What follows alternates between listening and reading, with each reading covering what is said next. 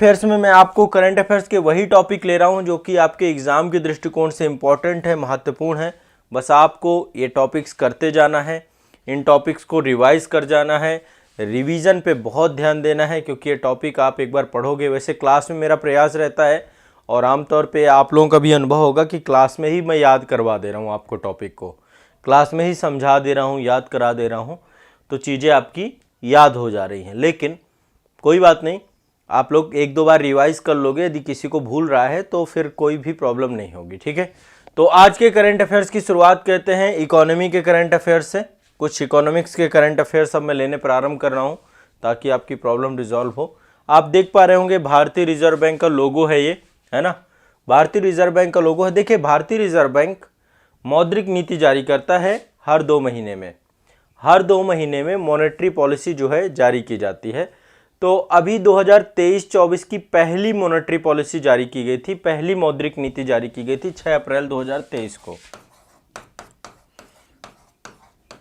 है ना। पहला वित्त वर्ष आपको पता है अभी 1 अप्रैल से स्टार्ट हुआ है, आपका फाइनेंशियल ईयर आपका 1 अप्रैल से चालू होता है। तो 2023-24 की पहली मॉनेटरी पॉलिसी भारतीय रिजर्व बैंक के द्वारा जारी की गई।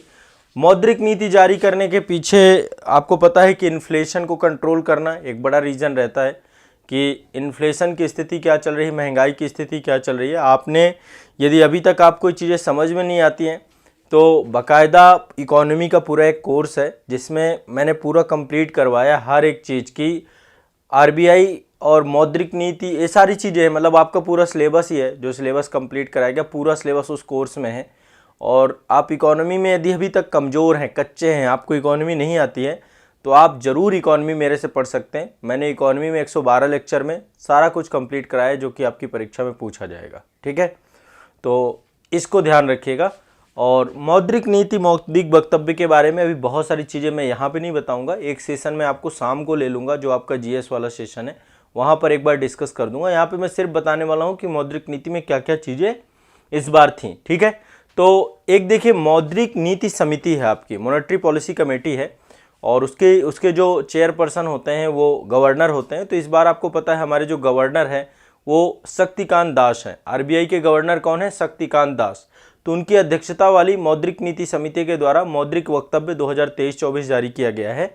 अब मौद्रिक नीति 2023-24 में देखिए, अभी आप पिछले यदि मौद्रिक नीति को देखेंगे, इससे पहले की जो मौद्रिक नीति आ रही थी उसमें लगातार रेपो दर मतलब अल्पावधिक ब्याज दर, है ना।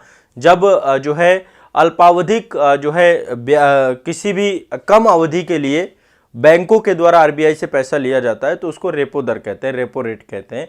तो रेपो रेट पे लगातार परिवर्तन किया जा रहा था। लगभग पिछली जो है हर महीने हर महीने जब भी मौद्रिक नीति आ रही थी हर बार उसको चेंज किया जा रहा था। इस बार चेंज नहीं किया गया, वही है, पुराना वाला ही है। तो इस बार मौद्रिक नीति समिति के द्वारा जो मॉनेटरी टूल्स है ना, उनमें क्या क्या परिवर्तन किए गए हैं, क्या क्या नहीं किए हैं गए हैं, एक बार सभी को देख लेते हैं कि नीतिगत दरें क्या हैं, ठीक है। नीतिगत दरें क्या हैं, एक बार नीतिगत दरों के बारे में चर्चा करेंगे। देखिए, एक तो आपका एसएलआर और सीआरआर होता है, ठीक है। आरक्षित अनुपात बोलते हैं इसको, आरक्षित अनुपात, ठीक है। और ये अनुपात, आरक्षित अनुपात क्या है? बैंक को मेंटेन करने पड़ते हैं, सीएलआर और एसएलआर। सीआरआर ये कैश में रखा जाता है, एसएलआर आपका गोल्ड में भी रखा जा सकता है और फॉरेक्स रिजर्व में भी रखा जा सकता है, कैश में भी रखा जा सकता है, ये इन्वेस्ट किया जा सकता है इसमें, ठीक है। गवर्नमेंट सिक्योरिटी पे भी रखा जा सकता है, सारी चीज़ें हैं इसमें। तो इस समय जो सीआरआर है आपका, ये है 4.5%, ये ध्यान रखना है। 4.5% सीआरआर चल रहा है, 18% एसएलआर चल रहा है, ठीक है। अब इनके बारे में डिटेल में चर्चा करेंगे हम लोग। बैंकों, देखिए, इससे महंगाई में कंट्रोल मिलता है, ठीक है, और एक बड़ा योगदान होता है। तो ये आपको ध्यान रखना है, सीआरआर और एसएलआर, ठीक है, ये आपको ध्यान रखना है।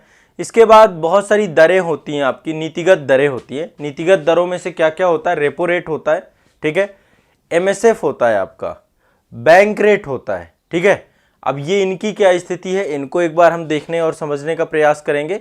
इसके बाद एक आपका बेस रेट होता है, आधार दर जिसे बोलते हैं, और बचत जमा दर होती है। इन सभी के लिए क्या क्या जो है आपकी जमा दरें, उधार या जमा दरें हैं, ये कितनी है। ठीक है, तो पहले नीतिगत दरों के बारे में बात करते हैं। पहले तो आरक्षित अनुपात हो गया आपका, CRR और SLR कितना है, 4.5 है, और ये आपका 18% है। ठीक है, बैंक को मेंटेन करना पड़ता है ये। दूसरा है नीतिगत दरें। नीतिगत दरें, नीतिगत दरों में एक एक करके देखेंगे। सबसे पहले रेपो रेट होता है आपका। रेपो रेट आपका कितना है, 6.5 है, 6.5% आपका रेपो रेट है। इसके बाद दूसरा है आपका बैंक रेट। बैंक रेट आपका जो है ये देखा जाए तो थोड़ा सा ज़्यादा होता है, 6.75 है। बैंक रेट आपका 6.75 है। इसके बाद एक होता है आपका MSF। बैंक रेट और MSF लगभग एक ही होते हैं। MSF ये आपका 6.75% है। ठीक है, ये आपको ध्यान रखना है। और इसके बाद रिवर्स रेपो रेट होता है आपका। रिवर्स रेपो रेट, एक होता है रेपो रेट, इसमें क्या होता है, बैंक RBI से पैसे लेते हैं अल्पावधिक समय के लिए। ठीक है, बैंक अल्पावधि के लिए गवर्नमेंट सिक्योरिटी के दर पर 6.5% आपका रेपो रेट है। जब RBI जो है बैंकों से पैसा लेता है, या फिर कह सकते हैं कि RBI बैंकों से पैसा लेता है, तो रिवर्स रेपो रेट है 3.35%। ठीक है, तो ये आपको ध्यान रखना है। रेपो रेट क्वेश्चन कई बार पूछता है। अल्पावधिक ब्याज दर है, ये क्या है, अल्पावधिक ब्याज दर है, 6.5% है। बैंक रेट 6.75% है। MSF 6.75% है। रिवर्स रेपो रेट आपका 3.35% है। ठीक है, ये आपको याद रखनी है। और एक होता है आपका SDFR, स्थायी जमा सुविधा दर। SDFR, SDFR आपका कितना है, SDFR है आपका 6.25%। 6.25% आपका SDFR है। ठीक है, 6.25% आपका SDFR है। ठीक है, ध्यान रखना है इस बात को।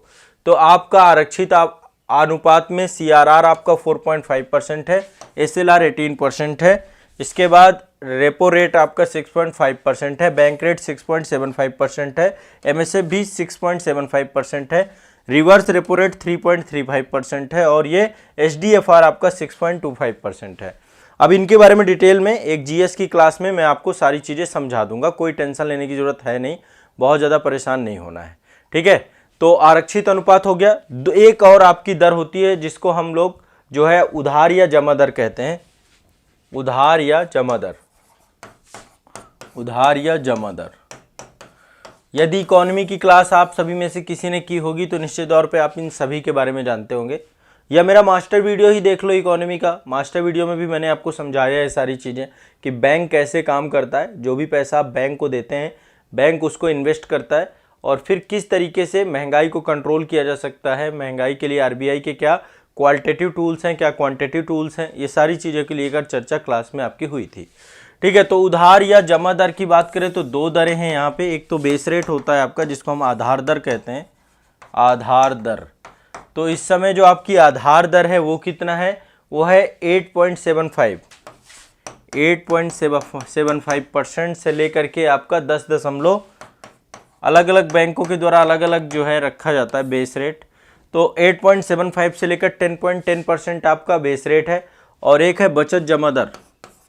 बचत, जो आप पैसा जमा करते हैं बैंक में, सेविंग अकाउंट में पैसा जमा करते हैं, टोटल कितना चल रहा है, 2.7% से लेकर 3% तक, से लेकर 3% तक, ये आपका बचत जमा दर है।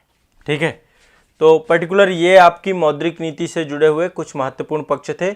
CRR हो गया, SLR हो गया, आपका रेपो रेट हो गया, रिवर्स रेपो रेट हो गया, बैंक रेट हो गया, MSF हो गया, SDFR हो गया, और आपका आधार दर हो गया, और आपका बचत जमा दर हो गया। ये आपको रफली पता होने चाहिए। ठीक है, बेसिक चीज़ें हैं ये। तो मौद्रिक नीति को लेकर के, बाकी मौद्रिक नीति क्या है, महंगाई किसी देश के लिए ज़रूरी है नहीं ज़रूरी है, इन सब पे चर्चा किसी एक सेशन में कर लेंगे। समझ में आ रहा है? चलो, अब अगला क्वेश्चन बहुत इंपॉर्टेंट है आप सभी के लिए। अगला टॉपिक है, ये आप देख पा रहे हैं, सुबह सुबह प्रातः आपको तितली के दर्शन हो रहे हैं। ये तितली साधारण तितली नहीं है, ये तितली कहाँ की तितली है, सिक्किम की तितली है। ये सिक्किम भर में नहीं पाई जाती है, कई राज्यों में पाई जाती है ये तितली। ठीक है, तो कई राज्यों में, नेपाल में पाई जाती है, सिक्किम में पाई जाती है, अरुणाचल प्रदेश में पाई जाती है। तो इस तितली को क्या किया गया है, राज्य तितली के तौर पे जो है क्या किया गया है, आपका घोषित किया गया है। एक तितली ये है और एक तितली और है आपकी, ये आप देख सकते हैं, एक तितली ये है, ये दो तितलियां थी, ठीक है। इसका नाम है कृष्णा पिकॉक। आप पीछे देखेंगे ना, इसमें पिकॉक जैसे हैं, इसके पीछे के पंख जो है जैसे मोर के पंख होते हैं, मोर जैसे, तो इसका नाम है कृष्णा पिकॉक। ब्लैक कलर की है और इसीलिए इसका नाम है कृष्णा पिकॉक। पिकॉक एक तो ये है। दूसरी जो तितली है इसका नाम है ये वाली, आप देखिए, इसका नाम है ब्लू, नीले कलर की है, ब्लू ड्यूक बोलते हैं इसको। क्या बोलते हैं? ब्लू ड्यूक, ठीक है, ब्लू ड्यूक। तो अभी हाल ही में सिक्किम के द्वारा ब्लू ड्यूक को, इसको रेफरेंडम बकायदा जनमत संग्रह कराया गया था, तो इसको राज्य तितली के तौर पे घोषित किया गया है। ये आज की घटना नहीं है, 5 जून 2022 की घटना है। 5 जून 2022 को विश्व पर्यावरण दिवस होता है और इसी में ब्लू ड्यूक को सिक्किम ने सिक्किम स्टेट ने ब्लू ड्यूक को राज्य तितली घोषित किया है, ठीक है। तो एक ऑनलाइन रेफरेंडम कराया गया था, ऑनलाइन जनमत संग्रह लिया गया था, जिसमें ब्लू ड्यूक को 57% लोगों ने मत दिया और 43% मत दिया आपका किसको? कृष्णा पिकॉक को, ठीक है। तो ये ध्यान रखना है। और एक चमत्कारी तितली है, ये आपका नेपाल, सिक्किम, अरुणाचल प्रदेश सभी क्षेत्र में पाई जाती है और ये हिमालयी क्षेत्र में पाई जाने वाली एक प्रमुख तितली के तौर पे है, तो ये आपको ध्यान रखना है। और ब्लू ड्यूक जो है आपकी बहुत ही इंपॉर्टेंट तितलियों में से एक है, उसको जो है राज्य तितली घोषित करने वाला कौन सा है आपका? ध्यान रखिएगा, सिक्किम, ठीक है ना। देखिए जो तितलियां होती हैं ना, प्रकृति का संरक्षण करने के तौर पे एक जैविक संकेतक के तौर पे काम करती हैं, बायोलॉजिकल इंडिकेटर के तौर पे काम करती हैं। जब भी हमारा इन्वायरमेंट किसी तरीके से डिस्ट्रॉय होता है, पर्यावरण के स्वास्थ्य में कोई संकट होता है, तो तितलियों को लेकर के, तितलियों से मतलब उनकी संख्या से आप देख सकते हैं कि कहाँ पे इन्वायरमेंट कितना बेहतर है। यदि तितलियां समाप्त हो रही हैं तो आप समझ लीजिएगा कि पर्यावरण में कुछ ना कुछ समस्या है। आप देखेंगे पहले जो आपके आसपास तितलियां रहती थी, अब धीरे धीरे उनकी संख्या कई बार कम हो जाती है। तो एक तरीके से ये बायोलॉजिकल इंडिकेटर के तौर पे काम करती हैं। तो सिक्किम के लोगों को तितलियों के प्रति जागरूक बनाने के लिए, वहाँ के इन्वायरमेंट को बेहतर करने के लिए वन एवं पर्यावरण विभाग के द्वारा, सिक्किम सरकार के द्वारा राज्य तितली के तौर पे ब्लू ड्यूक को घोषित किया गया और कृष्णा पिकॉक को भी जो है ये भी एक बहुत इंपॉर्टेंट तितली के तौर पे। तो कोई पूछे कि ब्लू ड्यूक तितली कहाँ से है, तो सिक्किम गवर्नमेंट के द्वारा इसको राज्य तितली घोषित किया गया है, ठीक है। ये देख सकते हैं, ठीक है, राज्य तितली के तौर पे सिक्किम गवर्नमेंट ने इसको घोषित किया है, ब्लू ड्यूक को, ठीक है, ध्यान रखिएगा, इंपॉर्टेंट है ये। चलिए, और देखो तितलियों के हर स्टेट में अलग अलग नाम है, मैं यहाँ पे वो तो नहीं बताऊंगा क्योंकि फिर आप कंफ्यूज हो जाओगे, यहाँ पे जितना जरूरी है वो भी जानिए। चलिए, अगला ये टॉपिक भी इंपॉर्टेंट है आपका, global partnership for artificial intelligence, इसको बोलते हैं GPAI, global partnership on artificial intelligence, ठीक है। भारत को GPAI का अध्यक्ष बनाया गया है। भारत इसका क्या बन गया है? अध्यक्ष। अब अंतर्राष्ट्रीय स्तर पर हम कई जगह पे अध्यक्ष बन रहे हैं, GPAI का भारत को अध्यक्ष बनाया गया। अब यह है क्या? ये आपका एक संस्थान है, एक तरीके से एक साझेदारी है, क्योंकि इसका फुल फॉर्म देखिए क्या नाम है, ग्लोबल पार्टनरशिप। पार्टनरशिप मतलब एक साझेदारी, वैश्विक साझेदारी। किस चीज पे वैश्विक साझेदारी? बौद्धिक बुद्धिमत्ता पे, कृत्रिम बुद्धिमत्ता पे, आर्टिफिशियल इंटेलिजेंस पे। तो आपको पता है AI का जमाना है, कृत्रिम बुद्धिमत्ता पे ही काम हो रहा है, हर चीज को ऑटोनोमस बनाने के लिए AI का प्रयोग किया जा रहा है। तो एक अंतरराष्ट्रीय क्या है? साझेदारी, ठीक है। और इसमें मल्टी स्टेक होल्डर्स जुड़े हुए हैं, बहुहितधारक जुड़े हुए हैं, और AI के सहयोग को बढ़ाने के लिए जो है ये पूरा का पूरा मंच है। तो ये 15 जून 2020 को जो है GPAI बना था। 15 जून 2020 को कब बना था? कोविड के टाइम पे 15 जून 2020 को ये मंच आपका सृजित हुआ था। अब इसमें बहुत सारे कंट्रीज आपस में साथ में जुड़े हुए हैं। इसका सचिवालय पेरिस में है। GPAI का सचिवालय कहाँ पर है? पेरिस में। इसका सचिवालय पेरिस में स्थित है। और ये जो है एक तरीके से ये इसके 15 संस्थापक सदस्य हैं, ठीक है, ध्यान रखिएगा। 15 फाउंडर कंट्री हैं, 15 देशों ने मिलकर के इसको बनाया था। उसमें भारत भी है हमारा। Australia, Canada, France, Germany, Bharat, Italy, Japan, दक्षिण Korea, Mexico, New Zealand, Singapore, Slovenia, United Kingdom, America और अंतर्राष्ट्रीय। तो इस तरीके यूरोपीय संघ, मतलब ये कई सारे देशों ने मिलकर के जीपीआई बनाया था। 15 देश फाउंडर थे, उनमें से भारत भी था। आज वर्तमान में उन देशों की संख्या बढ़ के हो गई 29। तो वर्तमान में जीपीआई के देशों की संख्या कितनी हो गई? 29। पहले शुरुआत में कितने थे? 15। ठीक है, तो ध्यान रखिएगा, ये बहुत इंपॉर्टेंट है। अभी जो है 2020 में यूनेस्को को पर्यवेक्षक का भी दर्जा दिया गया था, तो यूनेस्को इसका पर्यवेक्षक बना था। तो 2000 ये आपका किस में बना? कृत्रिम बुद्धिमत्ता पे बनाया गया है, कृत्रिम बुद्धिमत्ता पे। ठीक है, इसके 3 शिखर सम्मेलन हो चुके हैं अभी तक। हर साल शिखर सम्मेलन इसका होता है। तीसरा शिखर सम्मेलन अभी टोक्यो जापान में आयोजित किया गया था, और टोक्यो जापान में ही इसको जो है भारत के लिए क्या है, अगले वर्ष के लिए, मतलब अगले वर्ष के लिए जीपीआई परिषद की अध्यक्षता भारत को दी गई है। इससे पहले फ्रांस के पास ये अध्यक्षता थी, अब ये भारत के पास अध्यक्षता है। ठीक है, तो ध्यान रखना है, ये बहुत इंपॉर्टेंट है। ठीक है, बहुत इंपॉर्टेंट है। देखिए 3 इसके शिखर सम्मेलन हुए हैं, जीपीआई के 3 शिखर सम्मेलन हुए हैं। सबसे पहला शिखर सम्मेलन जो इसका था वो आपका 3 से 4 दिसंबर कनाडा में हुआ था, मॉन्ट्रियल में। ठीक है, दूसरा शिखर सम्मेलन नवंबर 2021 में पेरिस फ्रांस में हुआ था, और तीसरा शिखर सम्मेलन आपका यही इसी साल हुआ है, 2022 में आपका हुआ है, और ये टोक्यो जापान में हुआ है। नवंबर 2022 में हुआ है और टोक्यो जापान में हुआ है। तो ये ध्यान रखिएगा, तीसरा शिखर सम्मेलन टोक्यो जापान पे, वहीं पे भारत को अगले जीपीआई की अध्यक्षता दी गई है। तो फ्रांस से भारत को ये शिफ्ट हो गई अध्यक्षता, और अगला हो सकता है इसका समिट भी इंडिया में हो, तो इसको लेकर अभी सूचना नहीं है, होगी तो आपको ध्यान रखना है। ये नेक्स्ट ये है India international bullion exchange limited, IIBX। इसके बारे में भी आपको पता होगा, भारत ने अपना पहला जो है अंतर्राष्ट्रीय बुलियन एक्सचेंज जो है आपका क्या किया है, बना दिया है। तो 29 जुलाई 2022 को पीएम मोदी जी के द्वारा इसका उद्घाटन किया गया था। 29 जुलाई 2022 को प्रधानमंत्री नरेंद्र मोदी जी के द्वारा गुजरात में आपकी इंटरनेशनल फाइनेंस टेक सिटी है, जिसको हम गिफ्ट सिटी कहते हैं। क्या बोलते हैं? Gift city. गिफ्ट सिटी कहाँ बनाई जा रही है? गुजरात में, अहमदाबाद में। ठीक है, तो गिफ्ट सिटी में ही इसकी अंतरराष्ट्रीय बुलियन एक्सचेंज बनाया गया है। ठीक है, इसका उद्घाटन किया गया है। तो ये इंडिया इंटरनेशनल बुलियन एक्सचेंज है। क्या है? India international bullion exchange. कहां बन रहा है? गिफ्ट सिटी, गुजरात में। ठीक है, ध्यान रखिए, भारत का पहला अंतरराष्ट्रीय बुलियन एक्सचेंज है। ठीक, तो गुजरात के गांधीनगर में गिफ्ट सिटी आपकी बन रही है। गांधीनगर में जो आपकी गिफ्ट सिटी बन रही है, वहीं पर जो है आपका ये पूरा का पूरा एक्सचेंज बनाया गया। तो इससे भी जुड़े हुए क्वेश्चन पूछे जा सकते हैं। तो जो भी आपका यहाँ पे देखिए बुलियन, मतलब कि जो विदेशी आपका बुलियन है या सोना चांदी जो कुछ भी है ना, बुलियन में सोना चांदी ये सारी चीजें आती है, और फॉरेक्स रिजर्व है, उस सबको एक्सचेंज करने के लिए पूरा का पूरा ये पूरा बनाया गया है।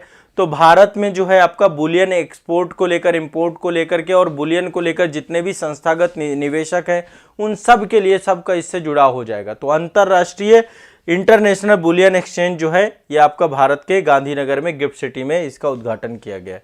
ये आप देख पा रहे हैं, ये बिल्डिंग्स हैं, ये बिल्डिंग्स हैं आपकी इसकी, तो ये आपको ध्यान रखना है। ठीक है, इससे क्वेश्चन पूछा जा सकता है, आपको पता होना चाहिए। इसके बाद पेटीएम के बारे में एक क्वेश्चन है आपका। देखिए पेटीएम के द्वारा, पेटीएम पेमेंट बैंक आपको पता होगा, ये यूपीआई लॉन्च किया इसने, UPI light. UPI light launch करने वाला पहला बैंक बन गया है ये। ठीक है, तो फरवरी 2023 में पेटीएम पेमेंट बैंक के द्वारा यूपीआई लाइट इसने शुरू किया है।